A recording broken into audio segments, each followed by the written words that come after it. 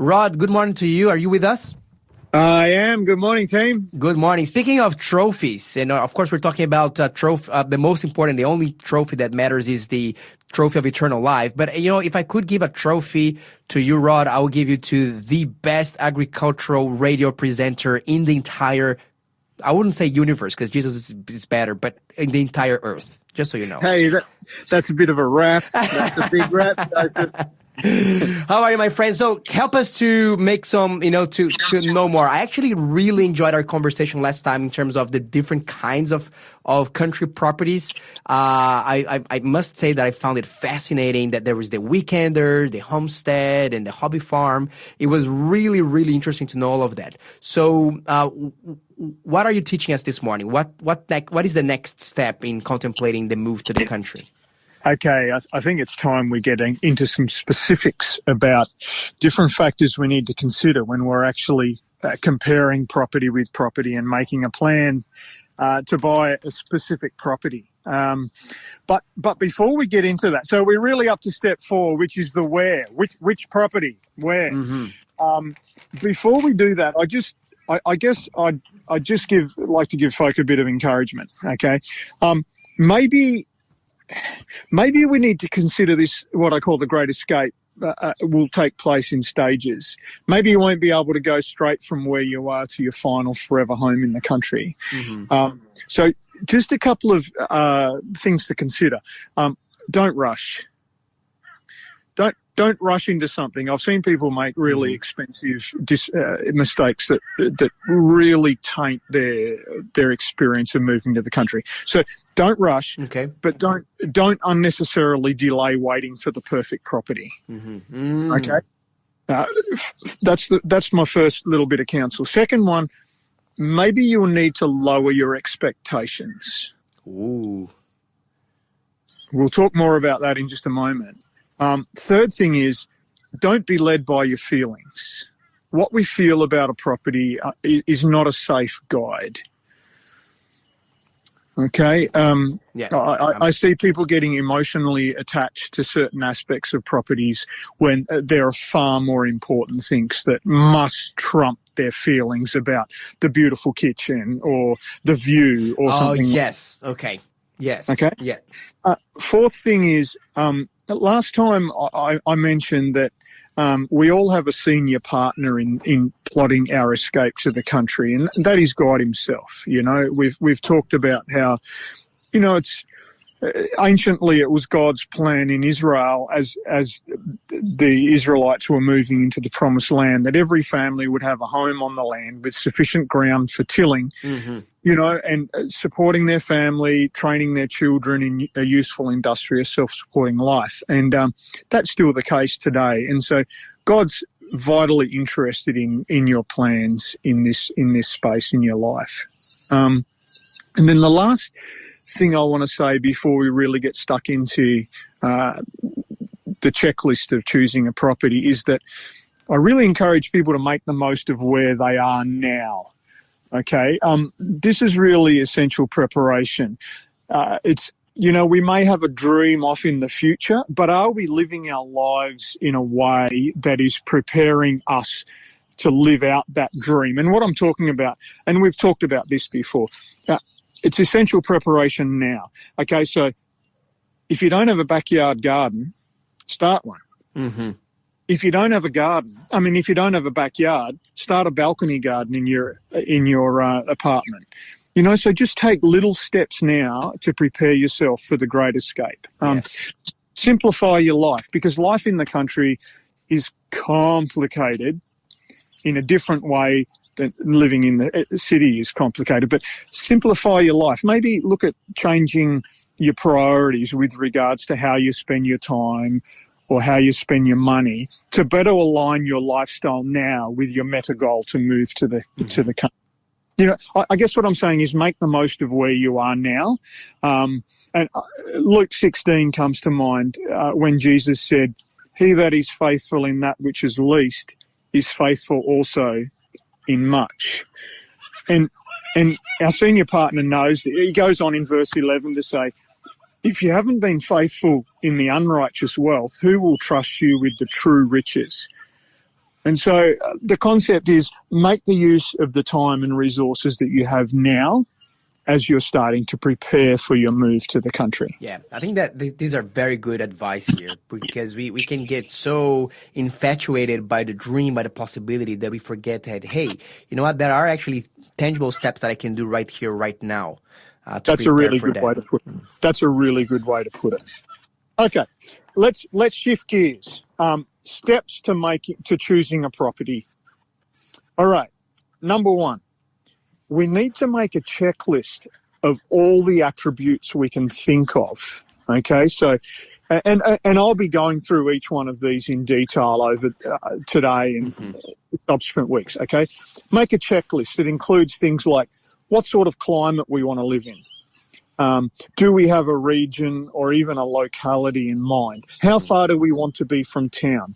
What size property do we want? Do we need a house, or are we wanting to build a house ourselves? Do we need sheds? Do we want an established orchard? Et cetera, et cetera, et cetera. Okay, and it's really important that we make this checklist specific, even down to being granular about, you know, getting detailed, because this is our wish list, okay? And the most important thing about this list is that it makes us think.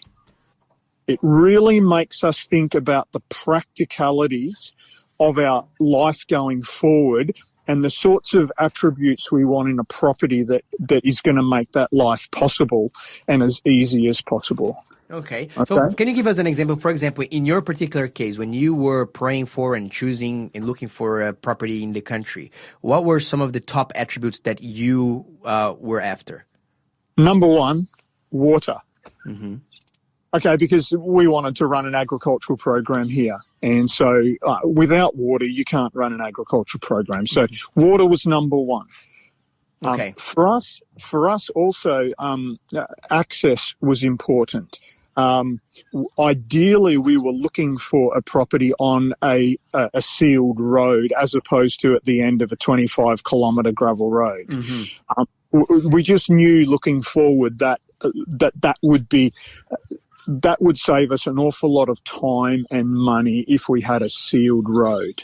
Okay, so there's just a couple. Yes. Okay, so we'll get into the specifics in just a moment. So make that list. Because remember, it's making you think about your life and what sort of property we need, and pray about it as you make your list and consider all these things, because Jesus promised that the Holy Spirit would lead us into all truth, and I think this is really important. And also talk to experienced people to get advice. You know, like what you're doing to me now, Joseph, saying, well, what were your top priorities? We need to do that. Okay, so we make this checklist. Okay. Step one. Step two is to order those items in priority. Okay. Okay, so I said water was number one for me. It may not always be everyone's number one, but put those items in priority, and then decide which of those items are non-negotiable. Okay. And even draw a line, you know, in your prioritized list. Draw a line. Above this line are non-negotiable. Below this line are negotiable. These are things, you know, that we could live with. And I just want to point out that this is really serious. It has potentially lifelong implications for you and your family. And possibly even further down. Maybe this is going to influence the life that your great-grandkids have, okay?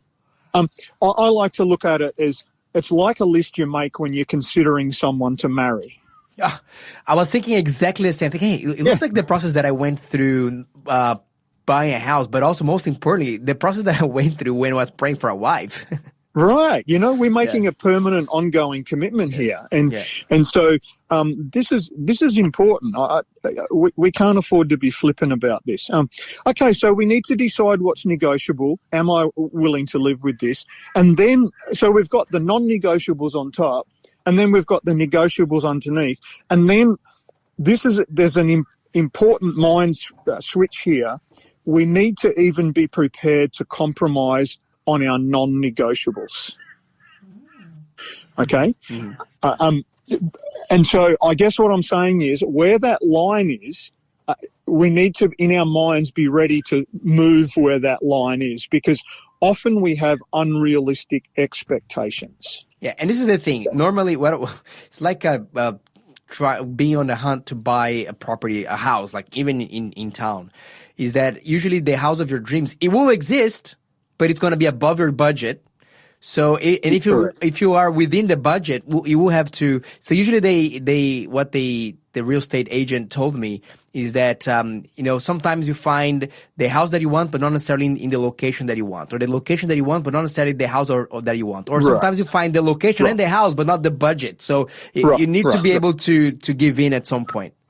That's exactly right. Like, for argument's sake, my top priority was water, and how I wanted that water to manifest itself was in a permanent, on a permanent river or a permanent stream. Oh, yes. Okay. Okay. We all want that, but that was, I wanted water was my top priority, but how that water was manifested had to change. I could not find an affordable property with a permanent stream or river that I could pump out of.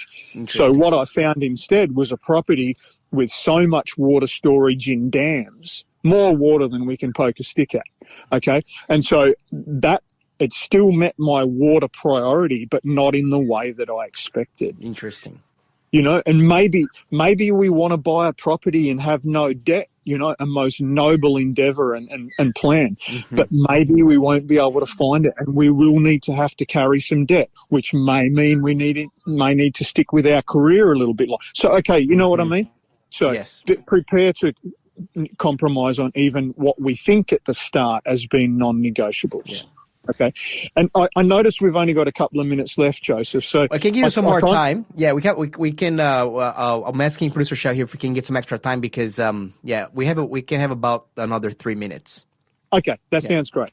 And the last thing I really want to say about this preparation of the list is that we need to recognise that we will not find a perfect property. Mm-hmm. All right. In fact, there is no perfect property this side of heaven. Mm. And if there is a perfect property that meets all of our criteria, someone else already owns it and will not part with it for any amount of money. That's so well said. Wow. Yeah.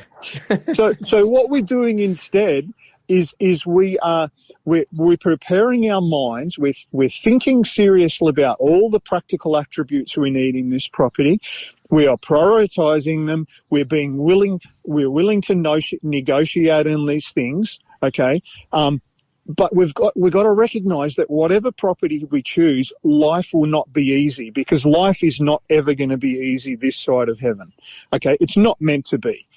If you want easy on the world, stay in the city, mm-hmm. All right? Because it's so convenient for us, as we've many more spoken conveniences. About. Yeah, that's absolutely exactly right. Okay, but yeah. So, Rod, all of these attributes that you were talking about. So you mentioned a few here. You mentioned climate. You mentioned closeness to the city, orchard, water, and one of them, of course, would be budget. Maybe I'm not that you're probably going to give some considerations on that, but how do we even know what a property is worth? Like, is there some kind of guidelines, or is just really dependent on personal possibilities here and means? Okay, so a couple of aspects there. One is a property is worth exactly the dollar amount that someone is willing to pay for it. Mm-hmm. And we've got to understand that we are in a competition. Okay, that there will be other buyers out there. Occasionally you'll come across a property where no one else is interested in, but it's as close to perfect as possible for you. Okay, there are other ways by comparative analysis and all sorts of those sorts of techniques you can use, looking at the data to see what properties have sold for previously in that locality that can give us an indication of price. But really it comes down to a negotiation between the vendor, the person looking to sell the property, what are they willing to let it go for, and what you are willing to pay. And, many people are struggling to do this because they're inexperienced. They don't know how to negotiate. They don't understand the true value of rural property. And maybe that's something I can give more insight into as we get stuck into it. But, yeah, when we get down to the nitty-gritty, it's important to have a good advisor to help you through if you're inexperienced at buying property. Absolutely. Rod, thank you so much. So today we spoke about creating the checklist of our wish list of the things that we want, but also, and most importantly, prioritizing this checklist and really knowing what are the non-negotiables and the negotiables. Rod, we are looking forward to talk to you again next time so we can hear more about the next practical steps in making a move to the country. Thank you so much for all that you do, and we're looking forward to talk to you again soon. See you in a month's time.